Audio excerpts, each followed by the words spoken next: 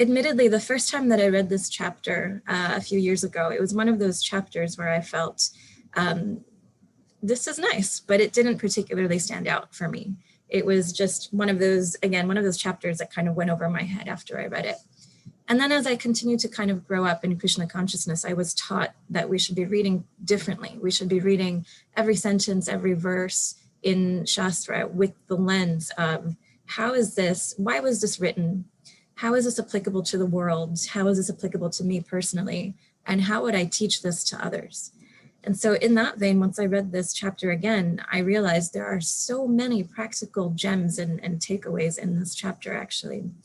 And so since we're nearing the end of the chapter, I thought if it's all right with all of you, we can do a little recap of what we've heard so far, including some of the practical takeaways. And then we can go into today's verses as well as the practical verses for today. And then I'd like to also speak about the power of vrats, the power of making a promise to Lord Krishna, since we are, we're just off the heels of Purushottam month. Maybe some of you had some vrats during that month, but we are also about to enter into the holy month of Kartik, whereas we know some kind of promise or vrat has tremendous effect. So let's start with a bit of a recap of this chapter. So this chapter begins with Aditi, who is the mother of the demigods, who is feeling very distressed because all of her children, all of the demigods, have been displaced from their heavenly kingdom by the demons who have taken over that kingdom. And all of the demigods have kind of dispersed and they're scattered about, and she's not even sure of their whereabouts. So naturally, as a mother, she's quite concerned. She doesn't know about the well-being of her children, and she wants everybody to be reunited and placed back into their positions. And so in this distress, she approaches her great husband, her good husband, the sage Kashyapa Muni. And he is the one who is speaking for this chapter as he's giving her some advice as to how to deal with this situation. And at first, when she approaches him, it's interesting because his first reaction is actually to contemplate about how binding family life is in the material world. And that just struck me because he is the father of these children as well as the father of the demons. And he was able to kind of be quite detached when he had that first thought. And so once he realized that, once he saw how distressed his wife was, he was really reflecting on Varnashram actually, and thinking about the regulative principles within each Varna and each ashram.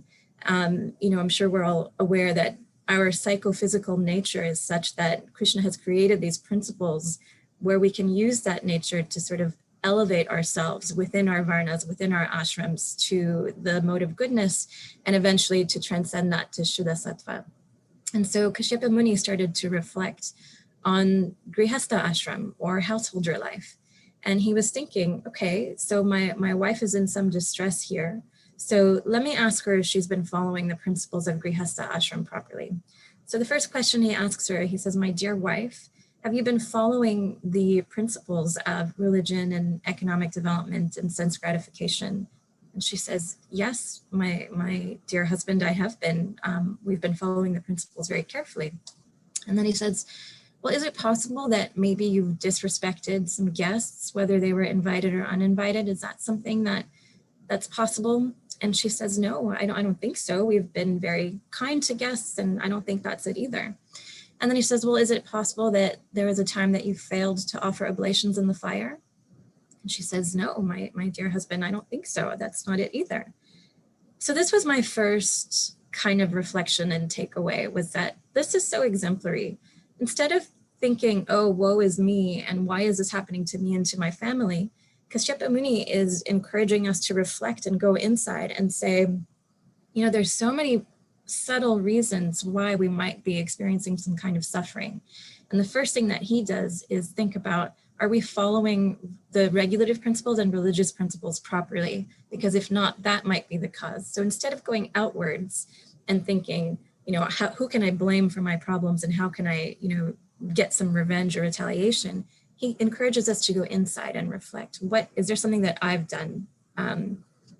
So once he's convinced that, and once he sees that, okay, this is not what the cause is, then, he's satisfied and he thinks, this is the will of the sweet Lord that we're going through this. And he gives his wife a lesson on the difference between matter and spirit. And we all know that when we're in distress, the philosophy can be comforting, but sometimes we need a little bit more. And so she wasn't completely satisfied by that.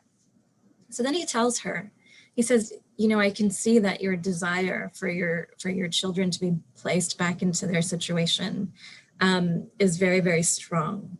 And when we have desires, it's okay for us to turn to the Lord and worship him.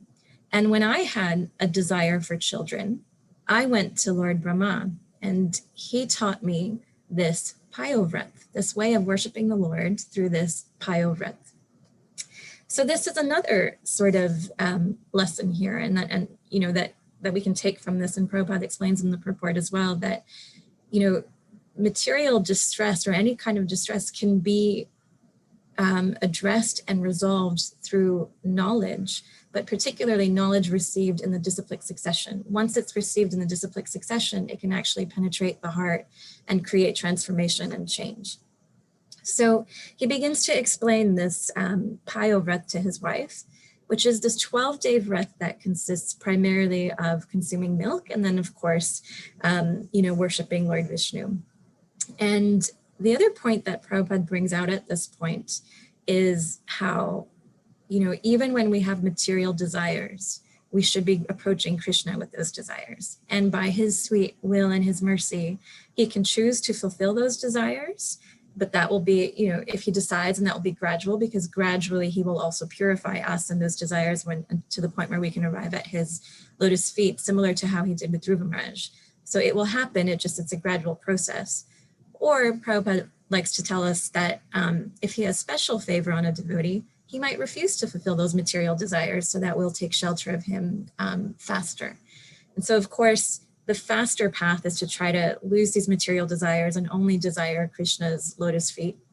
But it's okay if we're like Dhruva Maharaj and we begin to approach the Lord with our material desires. And this is where most of us tend to be. We have some experience of Shraddha, we have our faith, we have some experience of Sadhu Sangha or the association of devotees, we have some experience of bhajana kriya or devotional service, and then we tend to hover in this area of anartha nivritti, where we try to remove the obstacles in our heart, which include some of these material desires that lead to lust and greed and anger and so on. So so I just wanted to make that point. That's another kind of practical takeaway here, is that everything boils down to desire. In fact, there was one time when there was a devotee who asked Srila Prabhupada, I'd really like to become a better devotee. What do I need to do to become a better devotee? And Srila Prabhupada said, it all boils down to one word, desire. So we can't underestimate how significant and important it is to kind of be aware of our desires and to try to dovetail them to Krishna. So as Chandrasekhar Swami told us earlier in this chapter, you know, there are 4 types of people who approach the Lord. So there's the distressed, the desirer of wealth, the inquisitive, and of course, those who are searching for knowledge of the absolute. And Aditi falls into this category of the distressed. And the common theme amongst sort of all 4 of these people, all 4 of these types of people, is that the impetus to approach the Lord is some kind of hankering or some kind of suffering, which again is the point at which people become open to the idea of worshiping the Lord. And again, Prabhupada emphasizes that that is the point at which the instructions of a guru can actually come in and penetrate the heart and create some kind of transformation. So Kashyapa Muni begins to explain to Aditi the Payo Vrat, and he explains it in detail. And it includes, as we mentioned, this fast from milk, worship of the deity, worship of the altar, the sun, Lord Shiva, and so on. And that brings us to today's verses, okay? So super fast, I just wanna share my screen again. And just a quick recap of some of the key points and practical takeaways so far in this chapter. And once again, when I read this again, I just think to myself, how did I not think that this was notable and such a practical chapter? So one is the sanctity of the Grihastha ashram and how following religious principles and regulation is required to avoid any kind of fall down or suffering. And of course, this is true of all ashrams.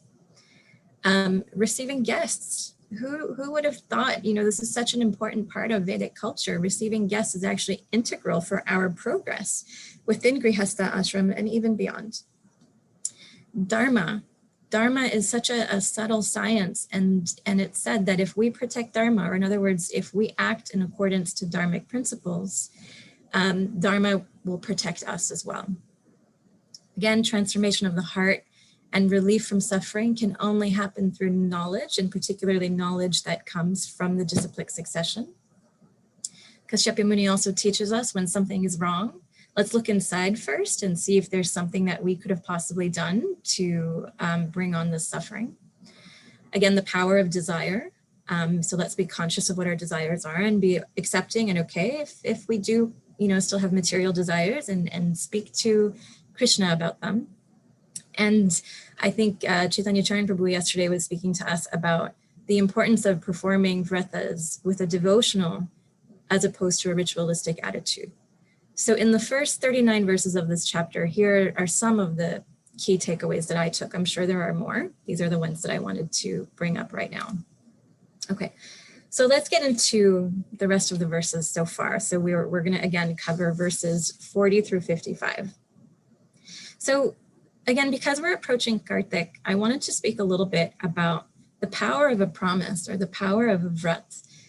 So a vow like this one, the Payo Vrat, a vow cannot be made in a vacuum. A vow is made to someone. It's meant to strengthen or cement a relationship with someone. That's why we call them marriage vows. We call them initiation vows, because they are meant to strengthen our relationship. And it's such an important part of our sadhana to create these vows. And bhakti is extremely personal. And in any kind of relationship, whenever a relationship, when we have meaningful or deep relationships, they always entail some kind of austerity, some kind of sacrifice. Otherwise, what you end up with is, my mom used to call this when we were growing up, she used to say, don't be a fair weather friend, or don't be people who are fair weather friends. You want to be in relationships where people are willing to make sacrifices for you. And it's so important. And again, bhakti is so personal. It's all about our relationship with Krishna, that austerity is an integral component of our relationship with Krishna in order to show our love and care for him. And it's so important that it's, as we know, the fourth leg of Dharma. Austerity is an integral part of our sadhana and of our Krishna consciousness. It increases our spiritual muscle. And the very existence of the concept of a vow is an acknowledgement that there will be temptations and there will be obstacles in fulfilling that vow. And ultimately, as we know from the Bhagavad Gita, any kind of temptation and obstacle ultimately exists in the mind. And so, we know in Raghunath Das Goswami's Sri Manashiksha, he has 12 verses that he composes where he is begging and pleading with his mind.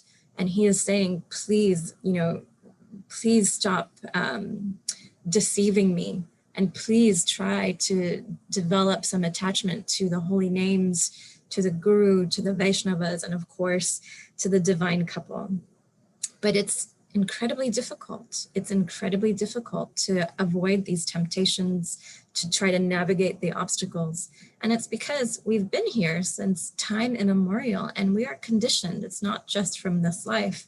We have been in this material world since time immemorial, and these samskars and these conditionings are coming from previous lives as well. It's not easy. And that's why, as we know from Damodar Leela, it requires our endeavor, but also without Krishna's mercy, we won't be successful.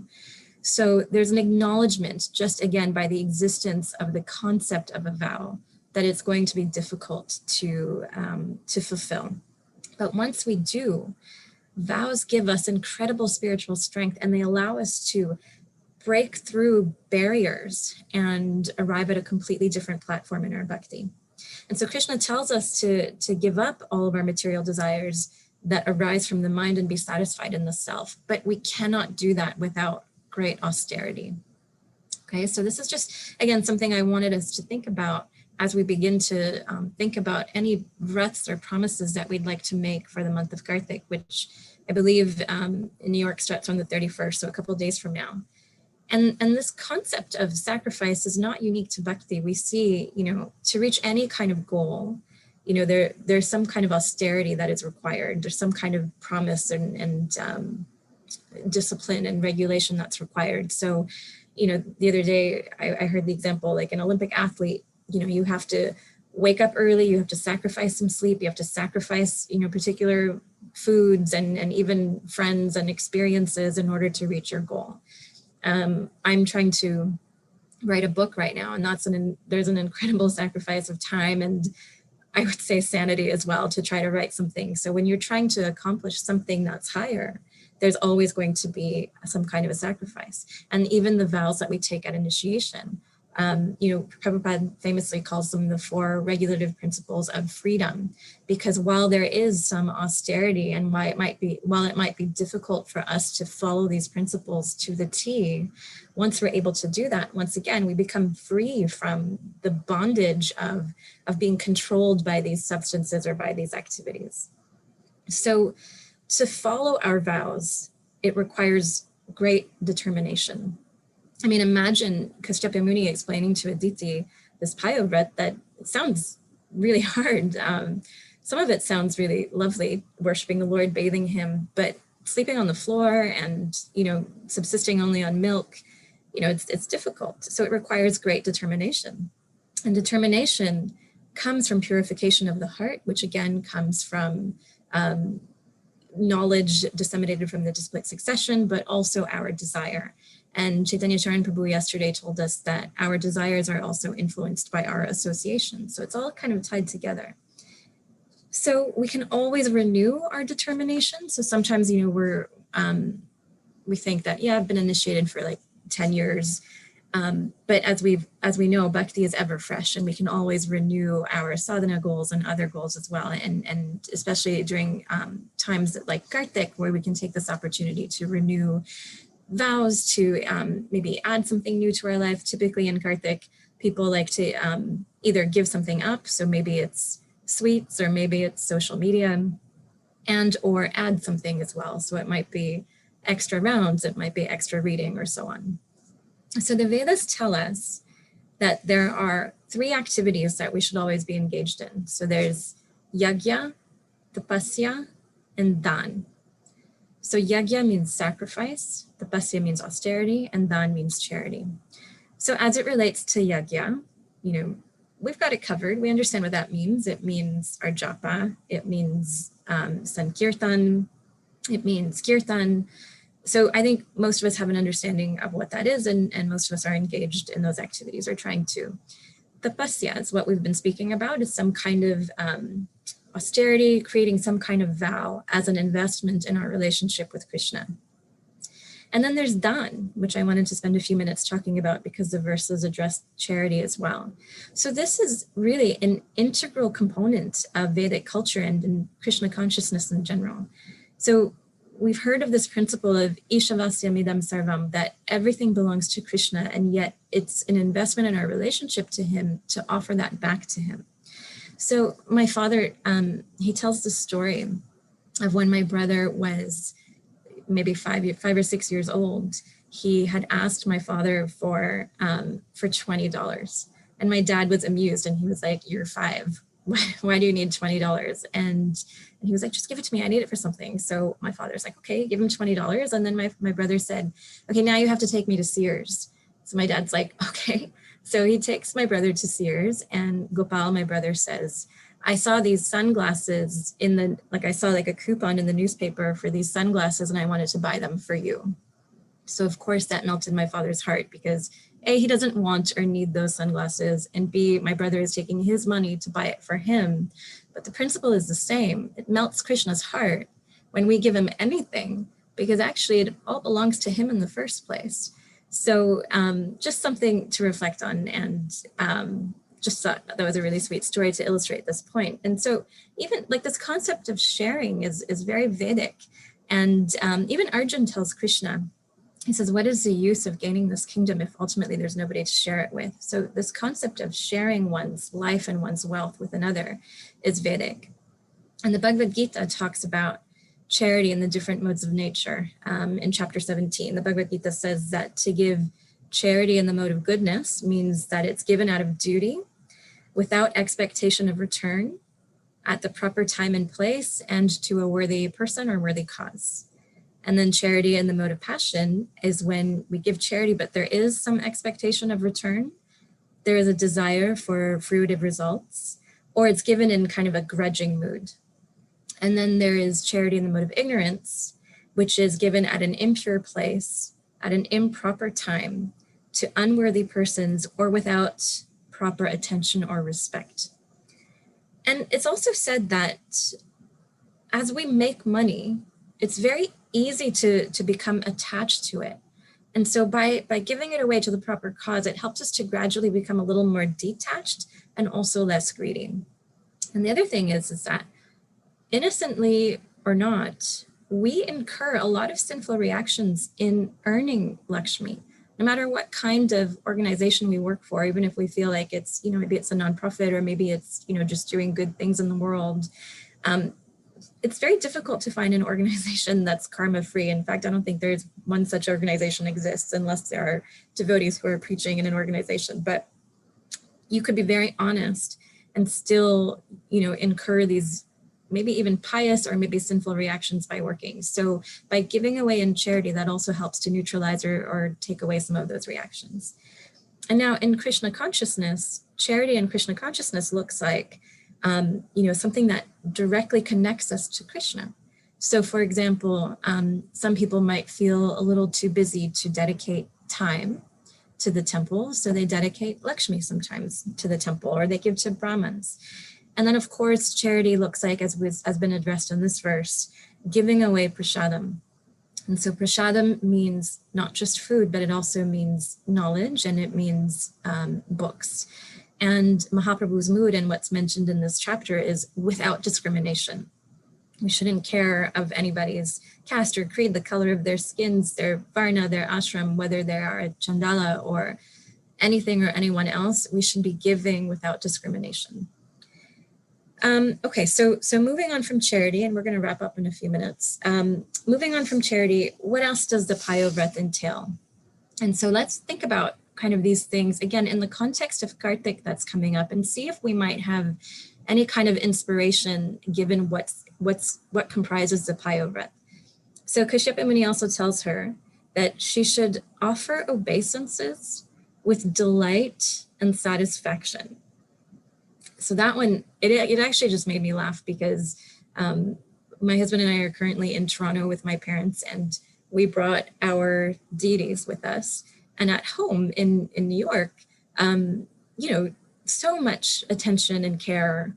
And then when I come to my parents' place and I add our deities to their altar, my parents run this house like a beautiful temple. They do arti twice a day, and they do offerings 3 times a day. I think I just offer obeisances in the morning as a formality, and then it's like, okay, later, like mom's gonna take care of it. So it made me laugh, because in Bhakti, of course, offering obeisances is not a ritual. It's a beautiful way of showing love and respect for the Lord. So reflecting on our mood, it should be done again with delight and satisfaction.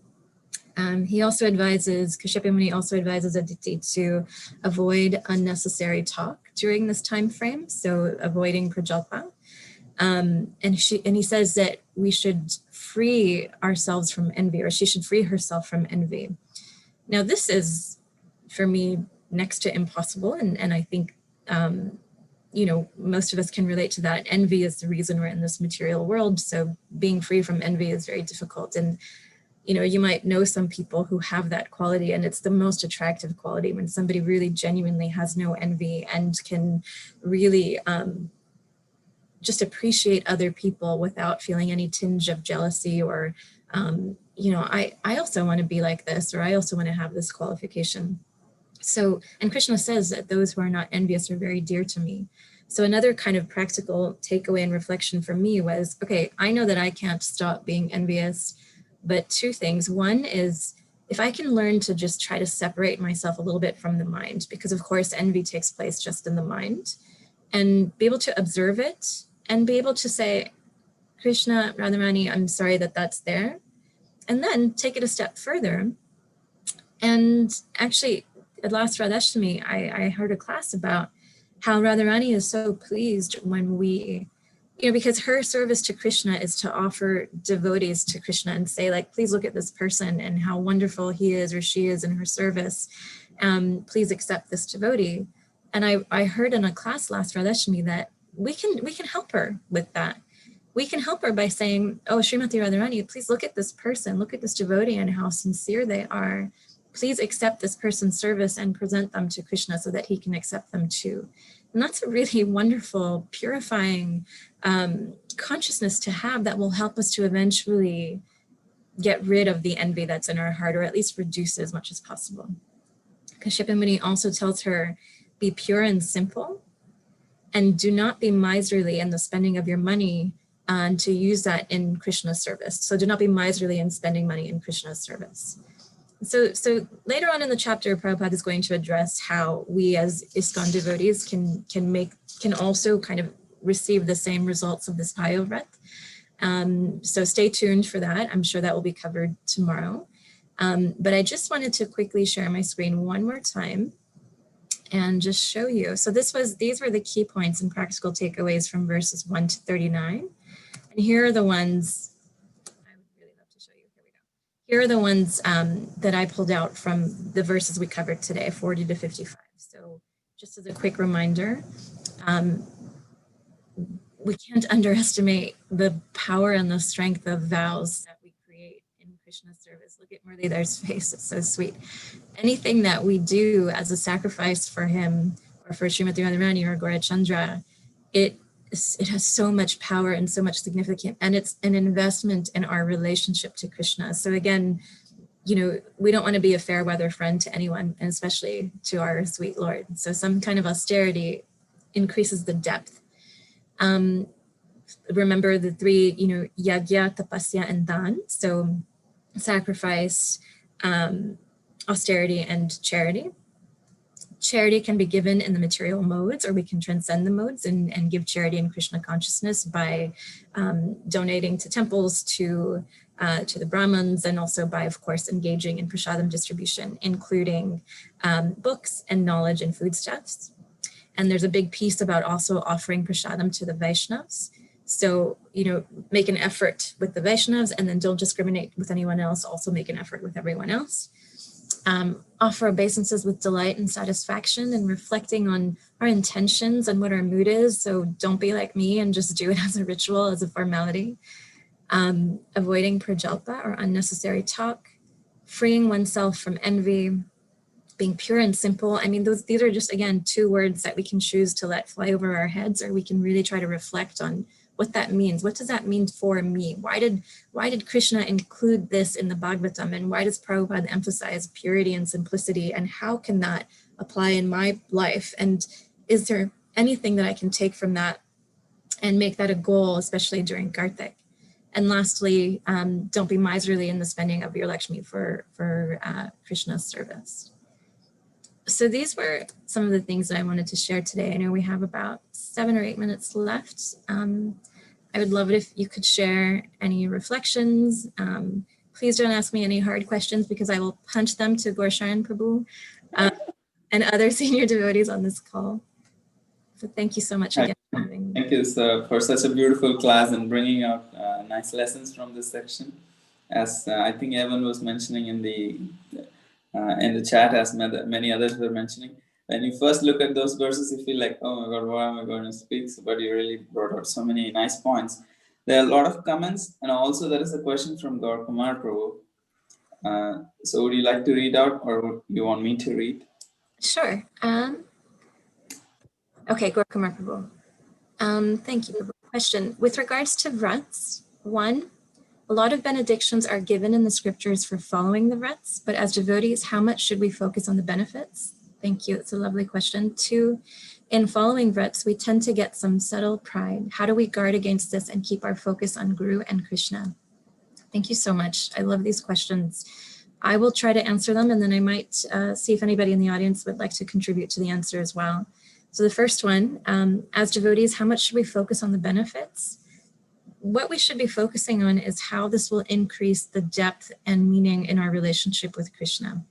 any other benefits we should try not to focus on. So as you mentioned, sometimes at the end of bhajans, or even at the end of reading a particular pastime of Krishna, it'll tell us that anybody who reads this pastime with faith will achieve love of God, or will achieve this, or anyone who recites this mantra, and you say the same thing. Oftentimes, you'll notice that in ISKCON temples, we actually don't recite that last verse of many of these bhajans that talks about the benediction. One example is, the Nrsimha Kavach. Most people recite only the first, I think it's the first 22 verses, I believe, that are glorification of Nrsimhadev and asking him for protection. And then the last parts are all about what the reciter will receive in terms of benefits. So my understanding is that, we don't really focus on that. The only benefit that we focus on is on the relationship and increasing our relationship with the Lord. And then in the second question, you say, in following vratas, we tend to get some subtle pride. How do we guard against this and keep our focus on Guru and Krishna? So that's the same thing. I think that, this is part of our conditioning as well. It's not an uncommon thing to start experiencing some pride. I can speak for myself. I remember last Kartik, I think I had too many vows, and I definitely didn't feel pride. I felt like I can't wait for this to be over because this is too hard. But the way to safeguard against pride is once we feel it creeping up, I think a little bit of self-acceptance is okay. That's the first point. And then secondly, I would say, again, offer it to Krishna and tell him that, I can see that this is in my heart and I'm sorry, and please help me to root it away.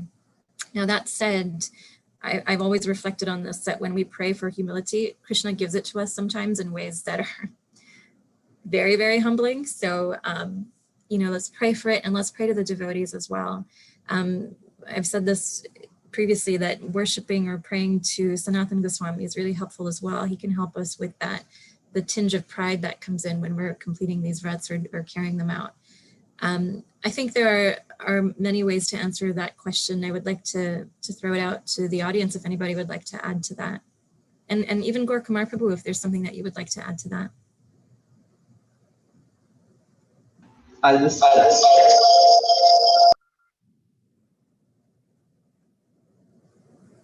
Darshan Prabhu, were you going to say something? I'll just unmute everyone so that they could use. Sorry, I'm using two screens, so it causes me confusion. No, that's okay. Sorry, did you say you wanted to add something? No, I just unmuted everyone if they wanted to add any points or questions or appreciations.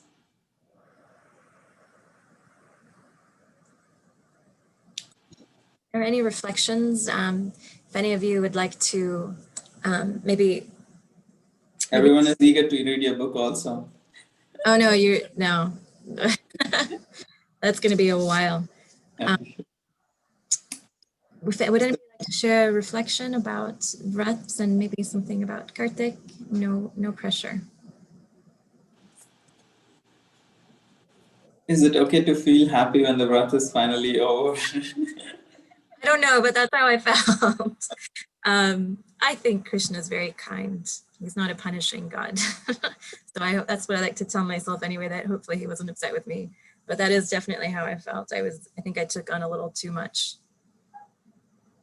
Maybe that's something else I can leave you with is, try to please do, come up with some vrats for Kartik, and just make it meaningful. It's not about the quantity.